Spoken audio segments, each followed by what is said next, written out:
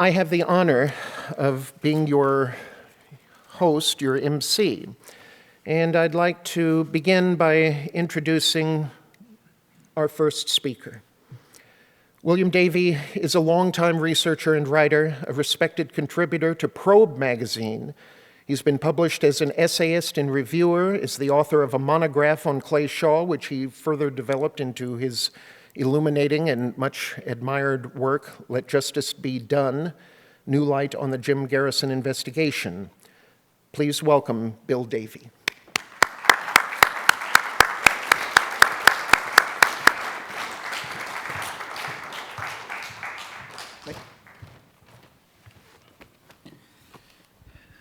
Thank you, Alan. Thank you, Lee. And good evening, everybody. Just give me a second to get settled here and get my eyes on.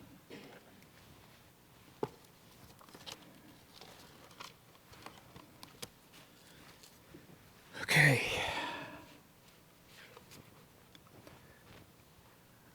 All right. The topic of my presentation tonight are the new documents in the season of inquiry. And by the season of inquiry, I'm talking about essentially the 1970s. And it really was a season of inquiry. We had Watergate, of course, the Pike Committee, the Rockefeller Commission, the Church Committee, and the House Select Committee on Assassination. And it seemed like at the time, the politicians and the country in general were more interested in uncovering the deep political state, pardon the term. Present company excluded, of course. So we're going to go into some of the documentary evidence, but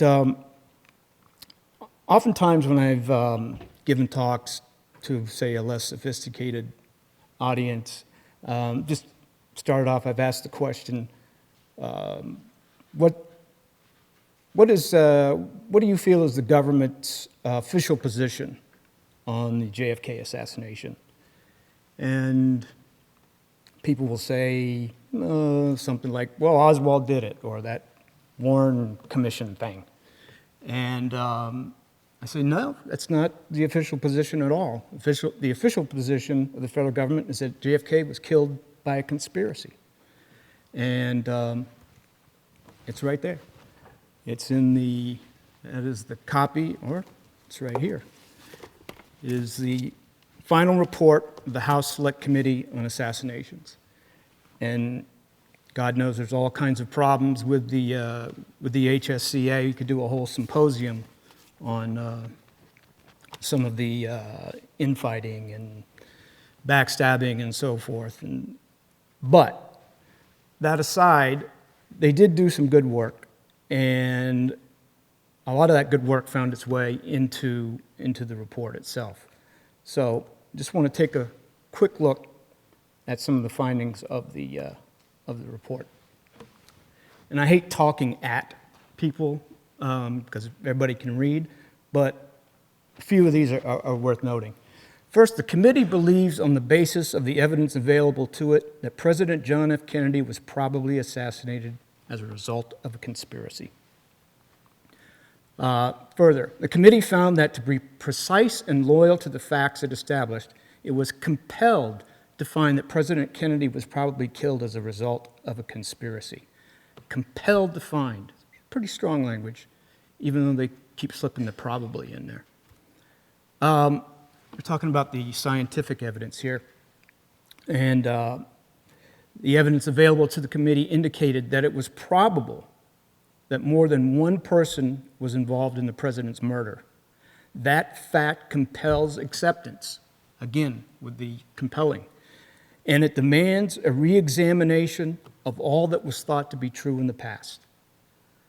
Further, they conclude, neither Oswald nor Ruby turned out to be loners, as they had been painted in the 1964 investigation, and indeed in the media, ongoing, as a matter of fact. The committee found that the CIA Mafia Cuban plots had all the elements necessary for a successful assassination conspiracy: people, motive, means, and the evidence indicated that the participants might well have considered using the resources at their disposal to increase their power and alleviate their problems by assassinating the president. Again, talking about the scientific evidence, scientific acoustical evidence establishes a high probability that two gunmen fired at President John F. Kennedy. Other scientific evidence does not preclude the possibility of two gunmen firing at the president. And they're talking about the stuck open mic of the motorcycle policeman who essentially recorded the assassination as it happened. Further, in talking about the photographic evidence, a flesh tone comparison performed by analyzing measurements of color values, and this is on Willis photograph number 5.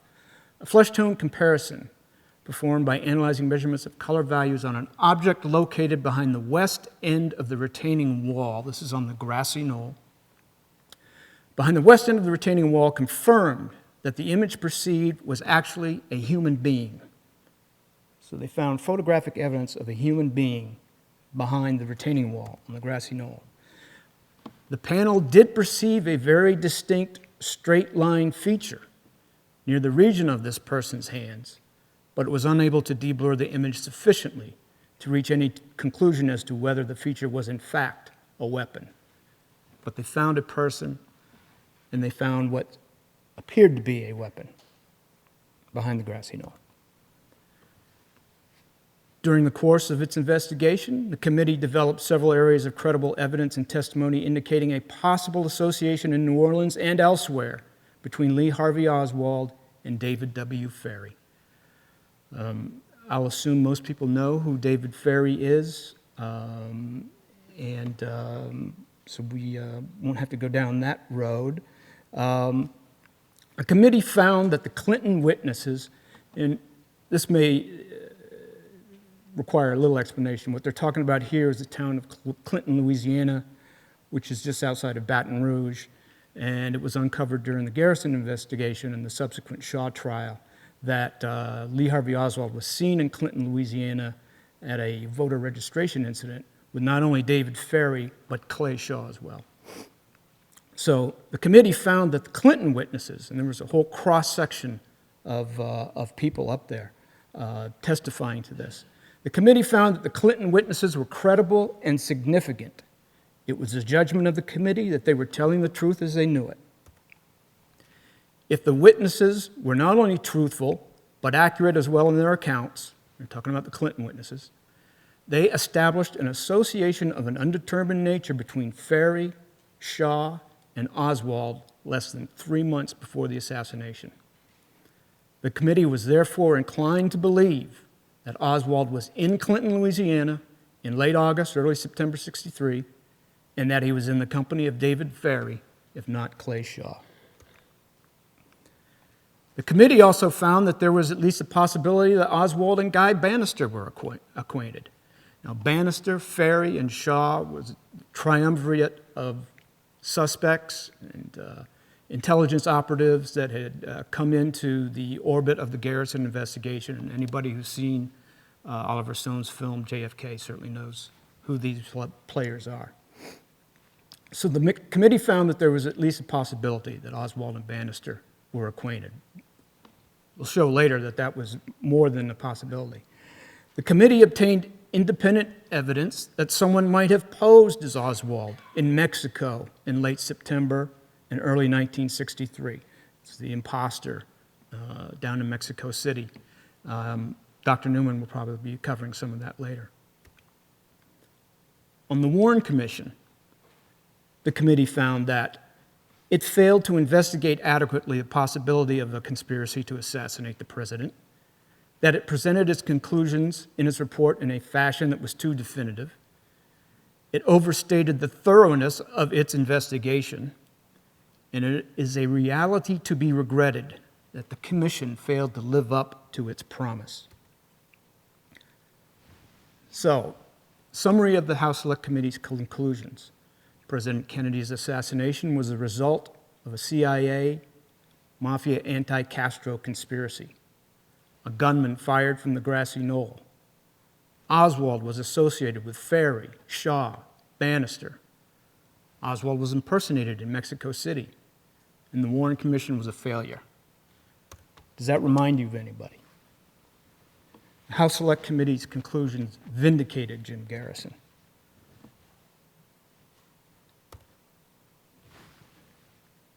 Further vindication of Garrison comes in the form of the Church Committee. And this is a rather misleading titled document of Oswald in New Orleans. It's 155 pages, and there's very little in it on Oswald in New Orleans. Again, this comes from the files of the Church Committee.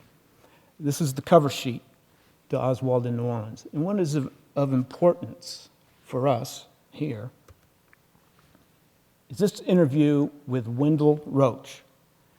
Now, Mr. Roach, at that time, was in charge of the INS in New Orleans, and that was the Immigration and Naturalization Service. It's since become part of DHS, known as ICE and Customs and Border Patrol. But back before 9/11, it was known as INS. And Wendell Roach was in charge of the New Orleans office. They interviewed Roach, and Justin, can I get this slide magnified up here on the laptop without messing things up?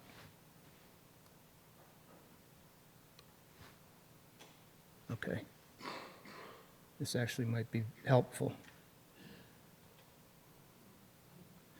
So, according to Roach, the INS's role was to determine who's an alien and prevent unauthorized border crossings, etc. As part of their duties, they had the responsibility of surveilling these various Cuban groups in New Orleans, and there was a ton of them at the time, mainly these anti-Castro groups. So the INS had them under surveillance. Included in the surveillance was the group of nuts, as he calls them, headed by David Ferry. Roach knew the details of Ferry's dismissal from Eastern Airlines, his various sordid details of his private life, etc. And so as part of surveilling these Cuban groups, they picked up surveillance on David Ferry, but because he was closely aligned with these anti-Castro groups. But as they were surveilling Ferry and the anti-Castro groups, they picked up surveillance of Lee Harvey Oswald. And as we can see here, Roach revealed that during the course of their surveillance, they picked up Lee Harvey Oswald going into the offices of Ferry's group. The offices of Ferry's group was at 544 Camp Street, which was Guy Bannister's office. And Oswald had used that address, had stamped that address on the literature that he was handing out in New Orleans. So he was seen going into the offices of Ferry's group, Bannister's office, and Oswald was known to be one of the men in the group. Here you have an investigative body of the United States government in person of Wendell Roach admitting that in the course of their surveillance, routine surveillance, they picked up David Ferry associating with Lee Harvey Oswald, and the two of them going into Guy Bannister's office. Let's see if we can, okay, blow this up a little bit. He also said that the anti-Castro Cubans had been trained by a 6-foot ex-Marine out at Lake Pontchartrain. He could be referring to Jerry Patrick Hemming here. Just throw that out there because he mentions, he sort of goes out of his way mentioning a 6-foot ex-Marine. His take on Garrison was that Garrison had something. I read his reports in the newspaper, and they were correct. He received good intelligence, whether he was using it for politics or not. Roach noted that Garrison was all eyes and ears in the French Quarter. Further, he adds a little something extra to the Oswald story. When Oswald was arrested for the street scuffle with Carlos Bringuer in the summer of 1963, he was taken into custody, and as the official record shows, first thing he did, he asked for an FBI agent, which was suspicious in and of itself. But there was an extra part of the story that hadn't been revealed, at least I had never heard of it until I found this document. And that is, when they took him into custody, Oswald would only speak in Russian. So when the NOPD had him, they assumed he was a Russian. So they called INS, who would have, of course, they would have responsibility for foreign aliens and so forth. So one of Wendell Roach's associates, this guy Smith, went to the police station, and he recognized Oswald as being part of the Bannister Ferry group. And said, look, this guy's an American. Once Oswald had been outed, he stopped with the Russian, and it was then, at that point, he asked to see an FBI agent. But it was not until the INS guy had come in and said, we recognize him from our surveillance of David Ferry and Guy Bannister. This one is, we can probably skip this one. It's just the end of this. So, when the church committee investigators finally tracked down Wendell Roach, when they finally got a hold of him, this is what he said. I've been waiting 12 years for you guys. I've been waiting 12 years to talk to someone about this. No one had ever bothered to run him down, talk to him.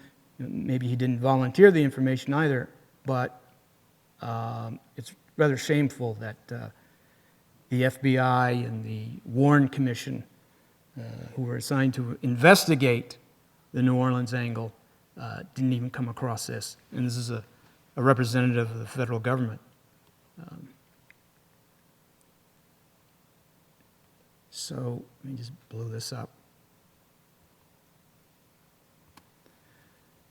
So as they were interviewing him over the phone, the church committee investigator was letting him go on, and Roach began talking about Oswald. He said, I saw him around frequently. And I recalled that he had an office in, and as you can see, the interviewer cut him off. And I'm thinking to myself, what are you doing? Oswald was just obviously getting ready to say, or I'm sorry, Roach was getting ready to say that they had seen Oswald going, he had an office in Guy Bannister's building. That was obviously where he was going with that. But the investigator cut him off. Unfortunately, that is about it in the files for Wendell Roach. I could not find any more follow-up from the church committee, and there was no transition of this evidence over to the House Select Committee. And it's just a shameful lack of follow-up on these committees, in that we've got a body of the federal government, the INS, who had seen Oswald in the company of David Ferry and Guy Bannister. And again, vindicating what Jim Garrison had been saying all along. Now, what I want to do here is shift gears a little bit, in that I talk about, again, this is out of the files of the church committee, because I think that's been an unmined area for a lot of researchers. This is a testimony of Scott Breckenridge. Scott Breckenridge was counsel for the CIA, and he had written the Inspector General's report on the CIA assassination plots. It was written by Breckenridge and Greer and signed off by the IG Ehrman. And It came out of a Drew Pearson column that had appeared in the Post at the time. Yeah, it was in response to a newspaper column by Drew Pearson, which had talked about Castro plots and how they may have backfired on the president, and Bobby Kennedy may be haunted by this. But at any rate, the IG began their investigation of the assassination plots against Castro. And this is some of what they came up with in the testimony of Breckinridge.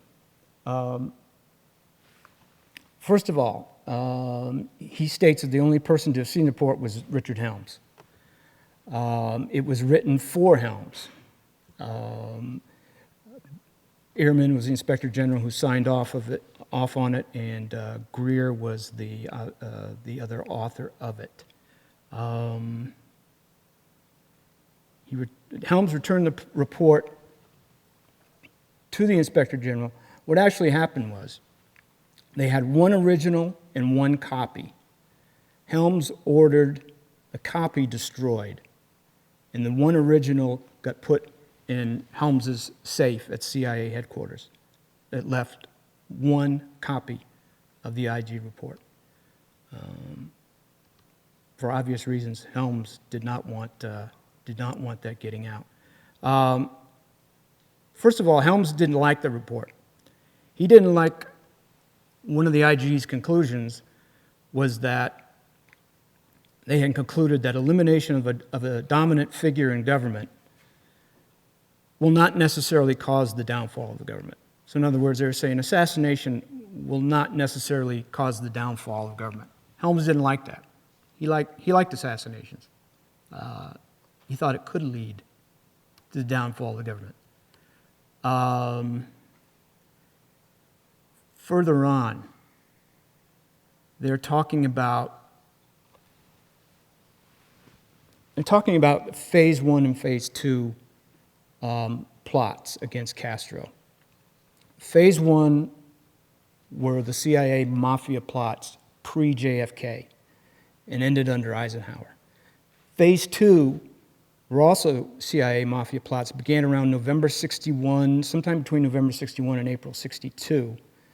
And this is the William Harvey, ZR rifle type plots. Some of the earlier plots to assassinate Castro were concurrent with the Bay of Pigs invasion. So in other words, at the Bay of Pigs operation, a major component of that was the assassination of Castro. This information was never shared with the president. As it goes on here, yes, was that ever authorized by the White House, the President, and the Department of Defense? Answer, we have no record for it. Castro assassination plots at the Bay of Pigs, not authorized. This goes on, this speaks again about the Bay of Pigs and the assassination plots.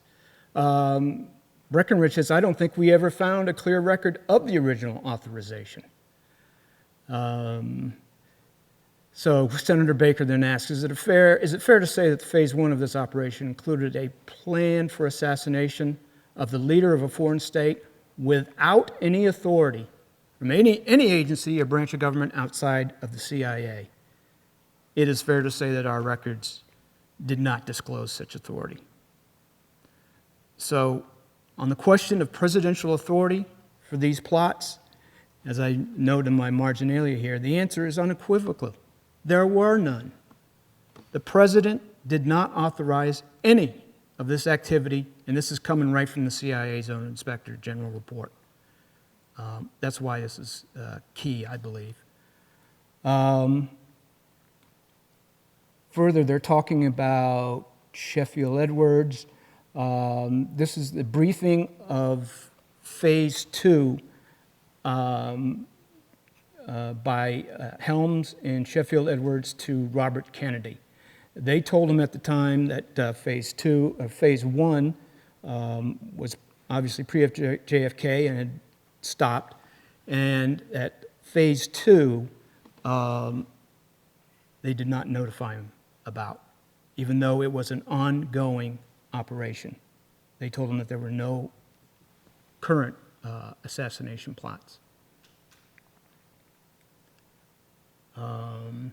And then they're asking who within the CIA approved the making of these false statements to Attorney General Kennedy, making of the false statements to RFK. Sheffield, Edwards, and Helms knew and approved of making false statements to RFK. This would indicate that Colonel Edwards knew and that Mr. Helms knew, and knew that they were making false statements to RFK when they told him that phase one had been switched off, and phase two, there was no phase two going on. Let's see what we have here. This is CIA Director McCone. He had not been advised of any of the CIA assassination plots.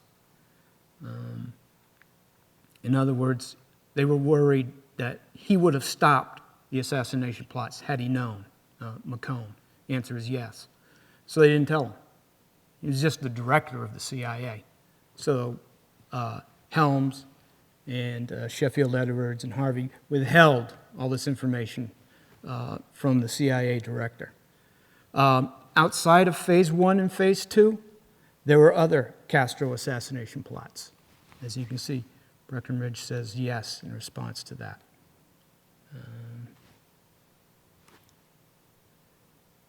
There was one plot about blowing up an electric plant in Havana while trying to get in a position to assassinate Castro.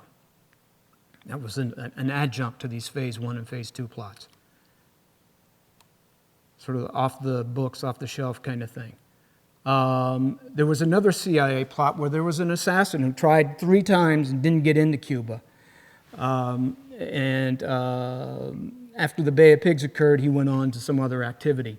That was all that Breckinridge had. But the CIA, there were other CIA plots to kill Castro prior to the Bay of Pigs, with this one assassin trying 3 times. Moving on here.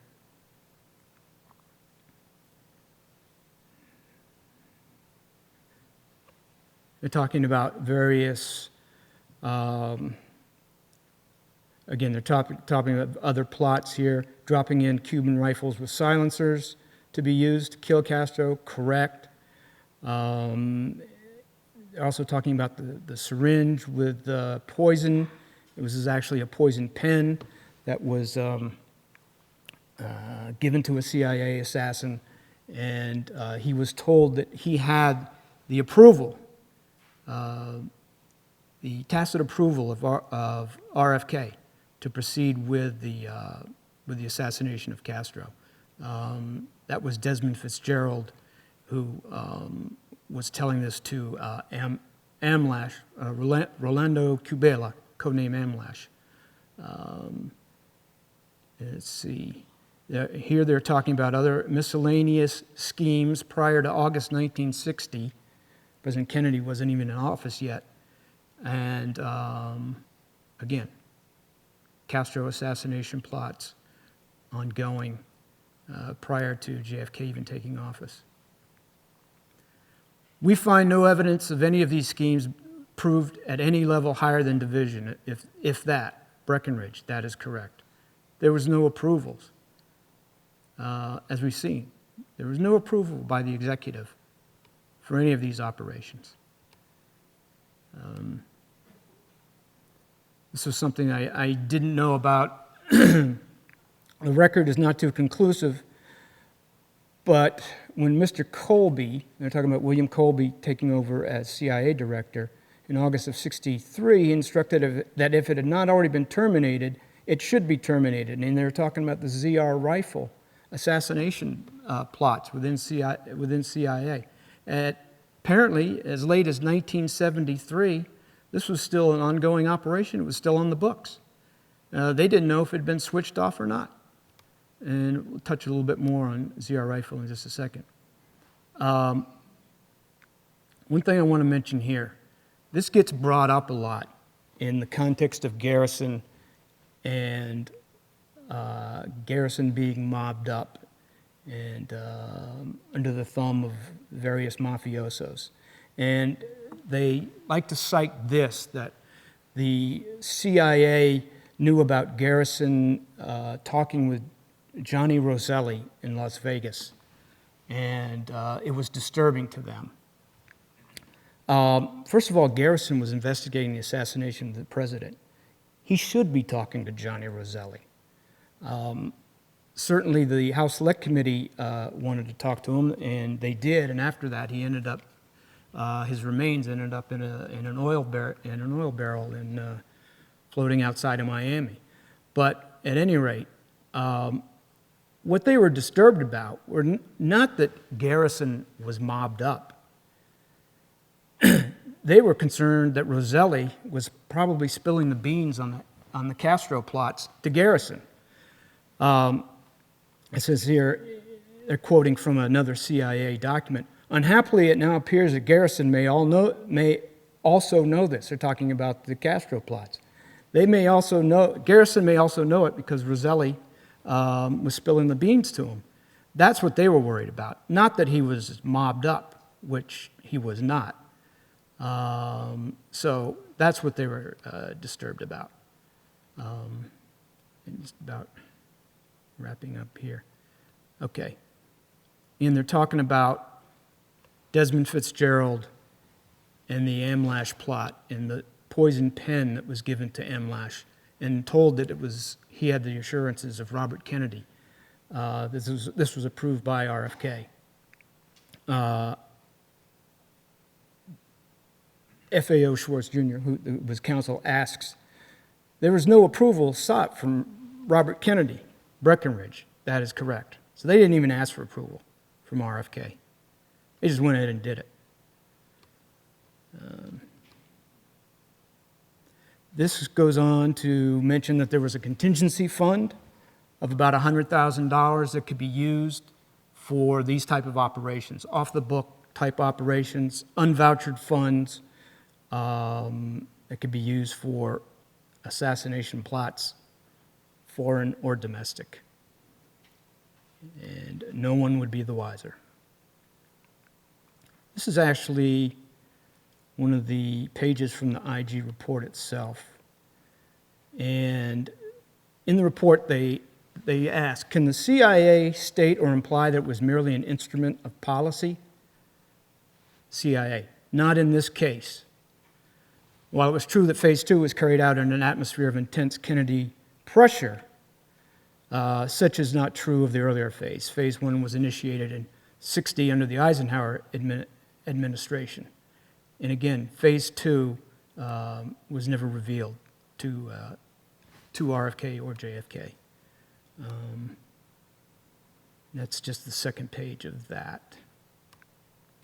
And just want to move on quickly. I mentioned the ZR rifle program. That was the assassination program run by William Harvey. This is a document. This is from the CIA.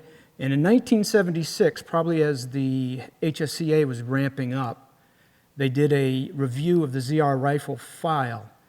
And in so doing, they found these various ZR rifle files. And note the early dates pre-JFK. There's a ZR Rifle Administrative Financial folder dated October 13th, 1960. And they're talking about using one of their assets, QJ Win, back in 1959.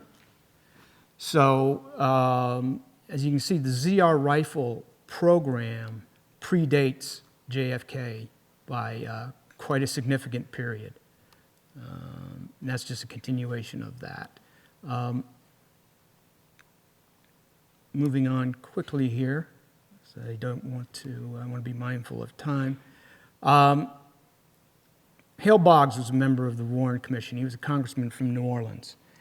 And a lot of people like to cite him as one of the Warren commissioners who didn't believe the conclusions, didn't believe the magic bullet theory.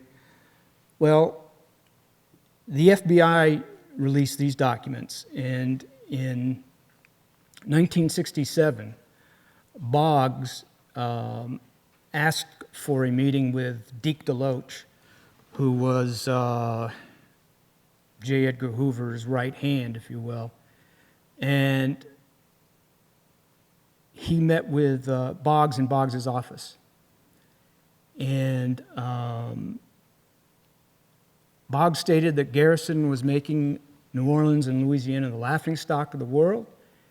And Boggs, next praised the FBI and indicated that he had always been completely satisfied regarding the FBI's thoroughness. He said that Garrison had nothing, he wanted to be certain that Garrison had nothing which might bring disgrace upon him, Boggs, in his home state, etc. So here, Boggs has reread much of the Warren Commission report just to make absolutely certain there were no loopholes. He stated he had found none. So Boggs was no advocate of the Warren Commission, and he was certainly no advocate of Garrison as he was informing on him to the FBI.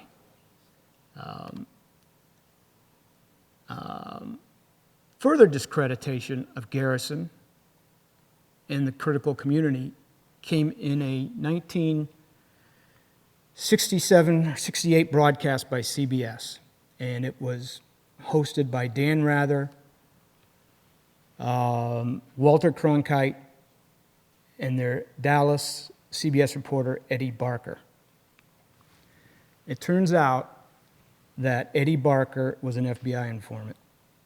On this date, Eddie Barker, Special Agent in Charge Contact, and news director of KBLD Radio and TV Dallas, advised me confidentially that CBS was planning a 5-hour documentary. He stated the primary purpose of this was to take the books which are critical of the Warren Report, particularly Rush to Judgment, and tear them apart. He indicated that this documentary was not going to be critical of the FBI and, in fact, would support the Warren Report. He requested that they keep this information be kept confidential and that he would give more details at a later date. Very, very accommodating of CBS. Finally, I'll just conclude here with something that's not out of the files, but was actually in Vanity Fair magazine about 2 years ago. 2009, actually. And in it, they're talking about William Manchester, who wrote the book, The Death of the President. Manchester, or I should say Warren, went to Manchester and gave him the first draft of the Commission's report, of the Warren Report, and said, here, we'd like you to read it and approve its findings on behalf of the Kennedys. Now, is that any way to run an investigation? You're having the Warren Report, the report with your name on it, vetted by the family of the murdered president? That's a disgrace, frankly. This I apologize for the illegibility of, but this was an article from a magazine called Marin Life in 1977. It was written by a reporter named Richard Raznikov. Jim D'Eugenio, who will be on later, can vouch, as I can, that if Raznikov dug this up, it's as good as gold. And what he's revealed, and it's a little hard to read. It's a little hard to read here. Earl Warren had attended a judicial conference in the state of Florida. At that conference, he confided to Raznikov's source, who was a federal judge, that and a friend of Warren's, that he, Warren, was ashamed of himself and of what the commission had done, and that the whole thing had been a whitewash, and he had been coerced into it by President Lyndon Johnson, which we knew. So again, this is from an unnamed source, but I have every confidence in this reporter, Richard Rasnikoff. If he's got a source that said it, I can be pretty damn sure that that he said it. So you even have Earl Warren, the man whose name is on the cover of the Warren Report, revealing that the whole thing was a cover-up, a whitewash, and that he was actually ashamed. And it's a sad commentary, and especially I was reading the inscription on the way in today out there, and it says, "Your services as informed citizens will be necessary to the peace and prosperity of the world," and that really touched me, and I hope that my little presentation tonight has helped you be a more informed citizenry. Thank you for your time. Thank you.